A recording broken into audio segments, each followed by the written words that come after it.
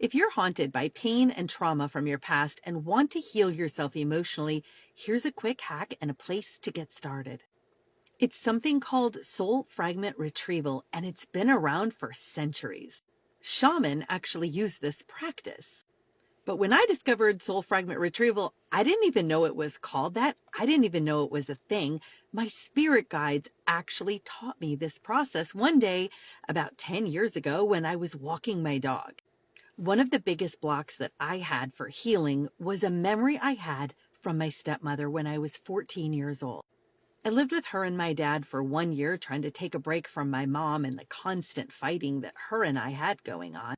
And my stepmom was great for the first few months, but then she decided to completely turn on me. And it was horrible and traumatic. My dad worked all the time and literally pretended he didn't see any of the abuse that was going on, and she was very secretive about it.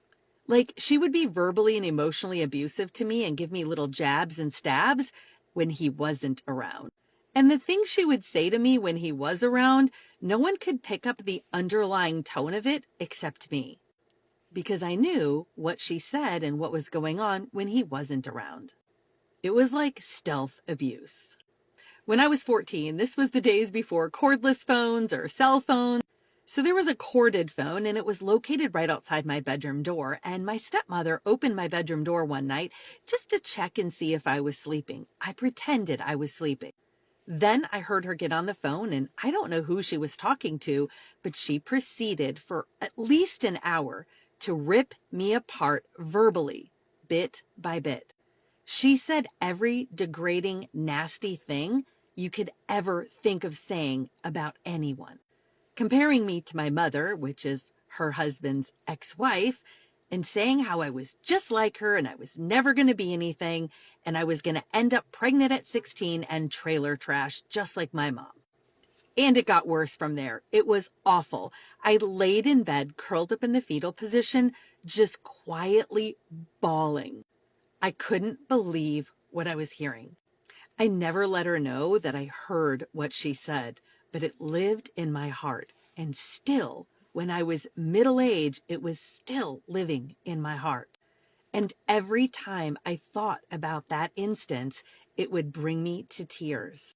It's like I was right back in that bed, curled up in the fetal position, bawling from hearing all these horrible things. And while I can't remember all the words that she said, I certainly remember the pain, the shock, and the trauma that I felt as a result of her words. And the fact that she would do this. So one night when I was walking my dog, this was about 10 years ago, I said to my spirit team, I said, what do I have to do to get relief from this pain? It's like every time I think about it, I'm catapulted back to that bed as a 14-year-old girl, crying my eyes out silently so as not to be heard, not to give away the fact that I was awake and hearing what she said. I had cried this prayer many times to God before, and I just felt like I wasn't getting any help or answers. But this time, on this magical walk, I actually got an answer. There was a vision that popped in my head, and I heard these words from my spirit team. They said, she's holding on to pieces of your soul, and we need to get them back. So picture this image if you can.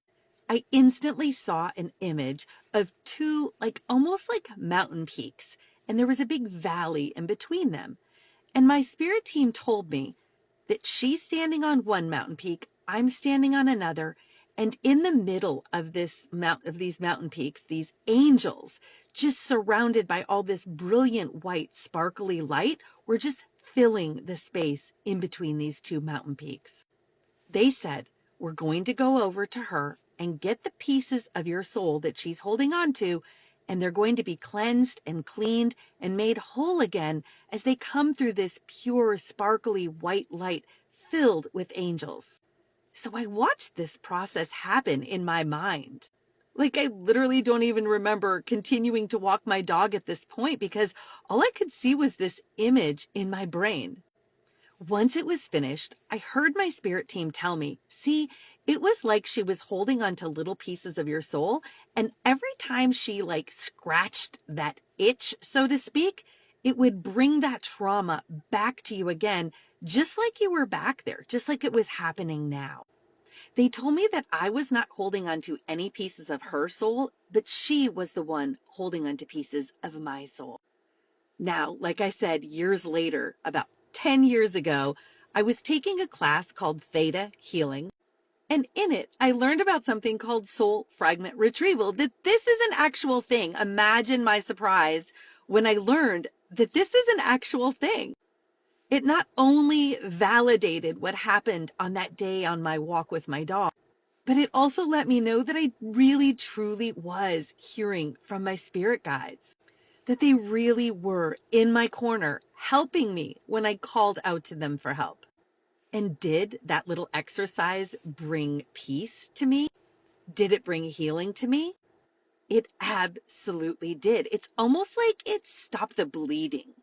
Now, I had a lot more emotional healing that I had to do, and I'm going to be sharing a lot more of that on my channel. But it was definitely a huge first step in the process. And I see this all the time with my clients when I do higher self-hypnosis with them. They ask all kinds of questions like, why did I choose the mom I did, or the dad I did, or the narcissistic spouse that I did? And why am I still holding on to this pain and this trauma and this suffering? And many times we'll ask the question, is this person holding any of their soul fragments, or are they holding any soul fragments of that person? And many times the answer is yes. And sometimes we're both holding fragments of each other, or like my spirit guides called it, pieces of their soul. Because keep in mind that any time you go through a traumatic experience, it's like a little fractal of your soul fragments off because it doesn't feel safe any longer. And it just like gets stuck out there and frozen. Or in some of my hypnosis sessions, I have seen my clients holding on to a fragment of their mom's soul or their dad's soul or some relative who's passed along because they don't want to lose the connection with them. And even though it's a negative one, they're afraid if they let go of that person's soul fragment, the connection will disappear. That's not true. We won't be disconnected from them, but we don't know what we don't know. And it's just a way of trying to keep the connection there.